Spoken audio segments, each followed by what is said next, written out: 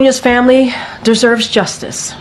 President Biden has been clear about his commitment to doing everything he can to make our communities safer, including by advancing. That's why the president has pushed Congress to pass a George Floyd Justice in Policing Act and signed an executive order to make federal policing the gold standard of effectiveness and accountability. While we wait for this case to continuing to urge Congress to get the George Floyd Justice in Policing Act to his desk so he can sign it. I also wanted to share the President and the Vice President's deep sadness at the passing of Congresswoman Shu. From delivering racial justice to building an economy for working people, she was unrelenting in her leadership. Leadership she demonstrated in her work to reauthorize the Violence Against Women Act and reintroducing the George Floyd Justice in Policing Act. As the president said in his statement on Saturday, she spoke truth to power and represented the power of the people of her district in Houston with dignity. And the president shared the honor of working with her during their times in Congress. We at the White House joined the president and the vice president and their families in sending our love and condolences to the constituents and beloved colleagues of the Congressional Black Caucus.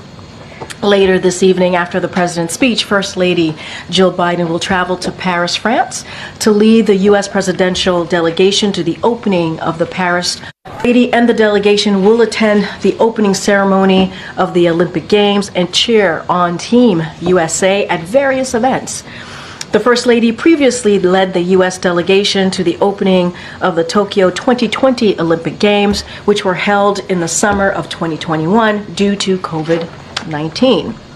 And finally, as you all know, and certainly are tracking, what we saw from the president the last couple of days is what we have seen from him over the last several decades.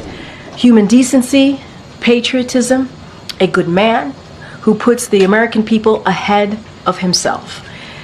As the president said in his letter this past Sunday, it has been the greatest honor of my life to serve as your president, and while it has been my intention to seek re-election, I believe it is in the best interest of my party and the country for me to stand down and to focus solely on fulfilling my duties as president for the remainder of my term.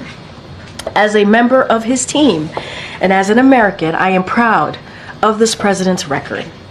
He's accomplished more in nearly one term than most presidents have in 2 terms. The president remains focused on fighting for the American people and building on the historic progress his administration has made. He's focused on growing the middle class instead of delivering big giveaways to corporations and the ultra-wealthy, fighting to lower costs for families instead of raising them by threatening to cut critical programs like Social Security, fighting for a fairer tax system instead of championing a $2 trillion tax bill that overwhelmingly benefited the ultra-wealthy, making healthcare more accessible and more affordable instead of working to eliminate the Affordable Care Act, strengthening and growing NATO, not eliminating it, and fighting for our reproductive freedom, not working to take it away. You will hear directly from President Biden when he addresses the nation tonight at 8 p.m. Eastern Standard Time. Tonight, the president will discuss his historic decision to put the country above all else and about the inflection point we face as a country in this moment. This is one of those rare moments in history when the decisions we make will determine the future of our nation. America must choose between moving forward or backward, between hope and hate, between unity and division. He signed historic, monumental pieces of legislation into law and has worked across party lines to get a lot of them done. From jumpstarting a historic economic recovery to the largest investment in clean energy and climate action, gun safety, and more. The president is proud to have delivered these historic results for the American people, and he's going to use the remainder of his term to build on this progress for the future with the enduring faith he has in our nation. And so, therefore, I encourage all Americans to tune in tonight to hear directly from the president. Zeke? Thanks, Green. The president believes that it's best for the country that he not be in the Oval Office for another 4 years. How can you assure the American people that he's up to be in the office for the next 6 months? Well, first I would say is that, and I've heard these suggestions out there. This is not an answer to you. This is an answer to the suggestions that I've had. I've heard about him resigning from office. We believe, and any suggestion of that note is ridiculous. It is not what we believe. The president, I just laid out what the president has been able to do in almost 4 years, and it's been successful. He's been able to do more, again, than any president has been able to do in 2 terms. He's been able to do that more in 1 term. And he wants to finish the job that he started and delivering more historic results for the American people. And look, he didn't step down from campaigning or from running because he didn't believe he can serve in a 2nd term. That is not why. And what I would say, as I just finished my opening, I would say tune in. Tune in to what he has to say tonight, and he will lay that out for you all and the American people as to why he made that decision. So you're saying he believes that he's capable of serving another 4 years, but he just doesn't believe that he can win another 4 years? I will let the president speak for himself. And so today, the president believes that he is fully capable of serving in the office that he currently has now and for the next 4.5 years if he wanted to. Absolutely. And let me just quote from what he said on Sunday in his letter. He said, "It is in the best interest of my party and the country for me to stand down and to focus solely on fulfilling my duties as president for the remainder of my term." And what the decision that he made on Sunday was about putting country first, was about his party, and was about the American people. Again, I would refer you to what he's going to say tonight. He will lay that out, speak for himself, and you will hear directly from the from the president. The American people will insert you will. As well. A different topic. There's large protests taking place in Washington. The White House is now ringed by anti-crime fencing. The Capitol, some protests around Union Station. Is the president monitoring these protests? Does he have a message to the people who are demonstrating right now?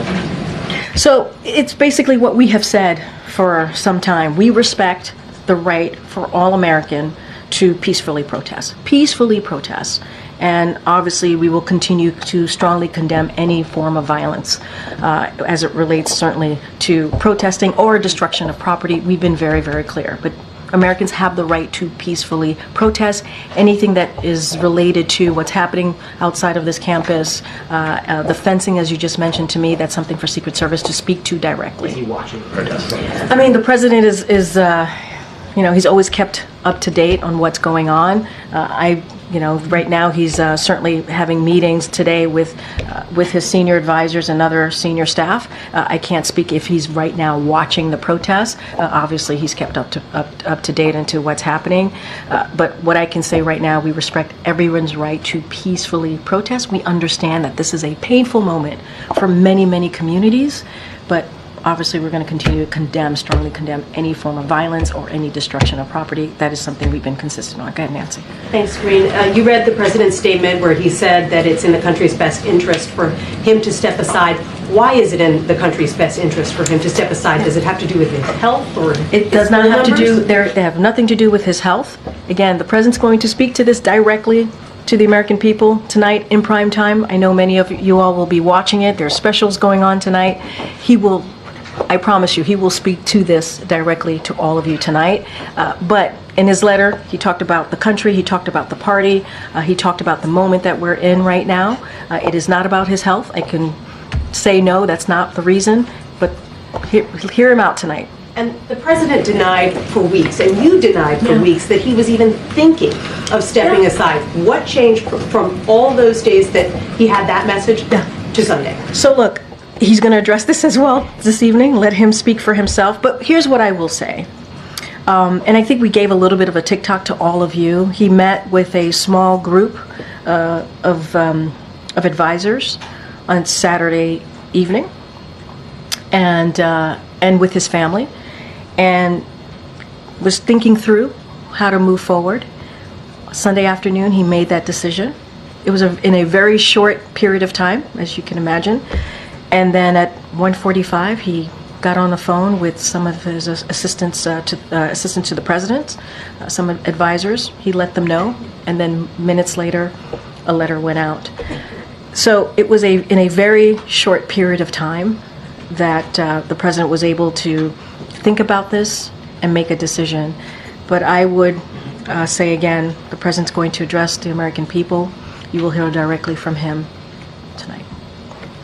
Can you talk a bit more about how he's feeling after making such an extraordinary decision, like you said, making it quickly?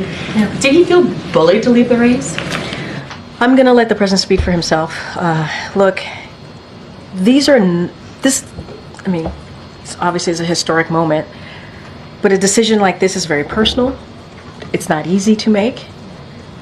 And I think there are very rare politicians who could look at the situation and make a decision, right? And I think it speaks to how honorable this president is, how selfless this president is, that he was able to make this decision and say, it is not about me, it is about the American people, it is about the country, and make, a personal, difficult decision. And so I think that speaks for itself. I really do. I think that speaks for itself. And in the letter, as you all know, he said that he wanted to address the American people, was going to give remarks about his decision. And now we've come to that day where he's going to speak directly to the American people later tonight. And he's going to lay out what it is that he wants to say, what he believes the American people want to hear directly from him. Just switching gears a little bit to Sure.